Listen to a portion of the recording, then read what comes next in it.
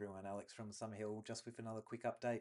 Today we'll cover three key topics: an update on the outcome of our recent IT security review, the superannuation transfer balance cap threshold is set to increase from 1 July 2026, and a general market update. So starting off with an update on our recent IT security review. As you all know, we take clients' data protection seriously. We completed an IT security audit with our external IT partner over the holiday period. We use this as an opportunity to review our security processes and practices just to ensure that we remain up to date with the latest security measures. Overall, both Summerhill and our IT partner were pleased with the outcome of the audit, but we have made some tweaks to some of our processes just to take into account new developments with technology and IT threats. Additionally, we're currently testing options for enhancements to our client portal with the aim of introducing two-factor authentication to further strengthen security. Once testing is complete, we'll keep you updated on the rollout and the next steps. Moving on to changes to the superannuation transfer balance cap. So we can now confirm that the general transfer balance cap will increase from $2 million to $2.1 million from 1 July 2026. This cap impacts two key areas. One, the amount that can be transferred from superannuation to a tax-free retirement phase income stream pension. And two, it impacts eligibility to make annual and 3-year bring forward after tax personal contributions. We are still waiting on confirmation as to whether the annual contribution caps will be increased from 1 July 2026, and we expect that would be confirmed over the coming month. The change to the transfer balance cap presents some planning opportunities. Some clients may be able to make after-tax personal super contributions in the 2027 financial year that they wouldn't have been eligible for in the current year. And also deferring the triggering of the bring forward after tax contributions until after 1 July 2026 could allow for larger contributions and wealth to be transferred into superannuation environment. Additionally, an important consideration for the change to the transfer balance cap is whether to defer the commencement of an income stream pension until after 1 July to access that higher cap. For some, deferring the pension commencement could be beneficial, as the potential tax savings over one's lifetime for accessing that higher cap could justify deferring that commencement. However, various factors can influence the decision, such as whether assets need to be realised in superannuation before 30 June, cash flow needs and the like. We'll reach out to you individually to discuss the best approach if this is relevant to you. Moving on to a market update.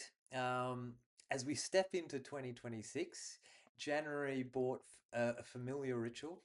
Market commentators dust off their crystal balls and confidently predict what markets, interest rates, asset classes will do over the year ahead. History does tell us those forecasts are usually wrong. Instead, this time of the year is better used as a pause to reflect, not to focus on predictions, but to focus on your goals and key investment principles. Because while markets consistently change, the foundations of good investments do not. Looking back at 2025, markets once again showed a lot of resilience despite plenty of uncertainty from political risks, interest rates, and US politics in general. Despite that noise, global markets delivered strong returns, largely driven by falling interest rates and quite solid economic growth and corporate earnings. Investors do tend to focus on a wide variety of variables, such as what are the Fed doing, geopolitics, interest rates, inflation, economic growth, etc. But corporate earnings are the biggest driver of stock market returns over the long term. US shares rose around 18% for the 2025 calendar year, while international shares performed much better at around 32%, a result that very few predicted at the start of 2025. It was a year that reinforced the importance of staying diversified, maintaining discipline, and focusing on long-term investment principles to help capture returns. Planning always beats prediction, especially in uncertain times. Which brings us to 2026 and what we can expect over the next 12 months. I guess the three wisest words any investor can say about what will happen in the future are, I don't know. Anything is on the table in a given year because emotions, trends, expectations often have more to do with short-term performance than fundamentals. Um, and that's exactly why diversification works. If we knew in advance what would outperform, we wouldn't need it. But owning a mix of assets across regions, sectors, asset classes, we don't have to be right about the future. We just have to stay invested. There's a lot of uncertainty at the moment, particularly in the US. And while many remain bullish on America over the long haul, we don't know what's going to happen going forward. There are a lot of unknown questions. What if the US dollar loses its place as the global reserve currency?